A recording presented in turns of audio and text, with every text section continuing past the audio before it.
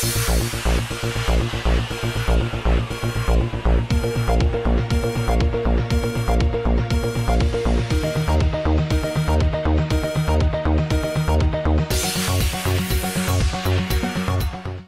हैदराबाद की commissionerate east zone की task force की टीम ने खबर पर कार्रवाई करते हुए 10 लोगों के चोरों की एक गैंग में से 8 लोगों को गिरफ्तार करने में कामयाबी हासिल की है, जिनके ताल्लुक से बताया गया है कि ये लोग शहर में बेशकीमत सेलफोन टावर्स की बैटरीज को चुराया करते थे।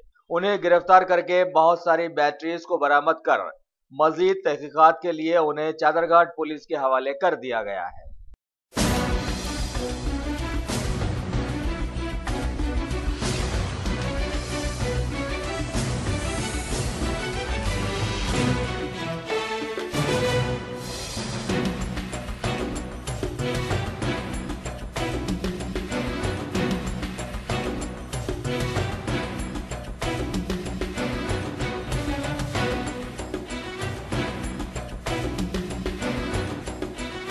एक केस आए ये सैफाबाद के पास इस सेल टावर का बैटरी चोरी कर लिया बोल के about 18 batteries have been stolen.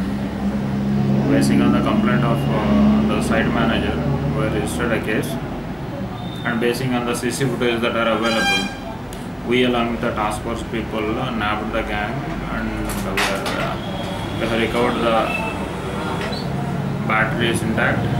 All the batteries are intact, and in the investigation it came to light that